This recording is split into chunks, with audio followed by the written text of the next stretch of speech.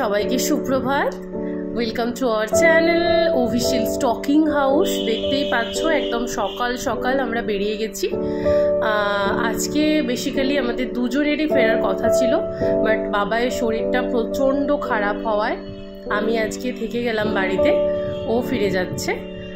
এই 3 বছরে প্রথমবার এরকম হলো যে ওকে চলে আসতে হলো, আমি থেকে গেলাম। সত্যি সত্যি বাবা একদম ভালো নেই, আর তোমরা তো সবাই জানো মা অসুস্থ, তো মা একা সব কিছু করতে পারবে কি না এই টেনশন করে আমি আর আজকে ওর সাথে গেলাম না। তো ওকে বাসে তুলতে এসেছিলাম, বাস আসার জন্য টোটোর মধ্যে বসে আছি, ওয়েট করছি।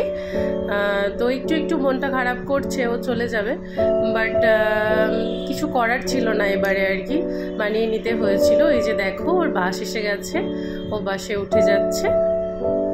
বাসটাও প্রচণ্ড ভিড় ছিল, যদিও আগে থেকে সিট বুক ছিল, বাট সিটটা একদম মতো ছিল না, পিছনের দিকে হয়ে গেছিলো। পিছনের সিট মানে তো জানোই অনেক বেশি ধকল হয়, জার্নিটা একদম ভালো হয় না।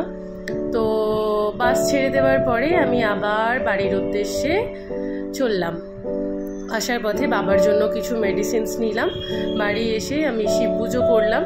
আমি সোমবার আর বৃহস্পতিবার শিব পুজো করি, তো দেখতেই পাচ্ছ আমি স্নান করিয়ে নিচ্ছি। মধু, ঘি, দুধ, দই, গঙ্গা জল সব কিছু দিয়ে একটু প্রার্থনা করলাম যাতে তাড়াতাড়ি বাবা সুস্থ হয়ে যায় আর ওর জার্নিটা যাতে সেফ হয়। দেখতেই পাচ্ছ পুজো করছি আমি। বাবাকে এরকমভাবে অসুস্থ হতে আমি খুব একটা দেখিনি। একবার দেখেছিলাম অপারেশনের সময়, তখন আমি কেঁদে ফেলেছিলাম দেখে। আজকে একটু খারাপ লাগছে আর কি। বাবা সবসময় ছুটে বেড়ায়, দৌড়ে বেড়ায়, এরকম একটা লোক, তো সে মানুষটা সারাদিন শুয়ে আছে, আমার এটা একদম ভাল লাগছিল না। কিন্তু কি আর করা যাবে, শরীরটা সত্যিই খুব খারাপ ছিল। আমিও পুজো দিয়ে দিচ্ছি, দেখতেই পাচ্ছ। অনেকে ভাববে হয়তো যে আমি ভিডিও করতে করতে পুজো দিচ্ছি, ব্যাপারটা এরকম না।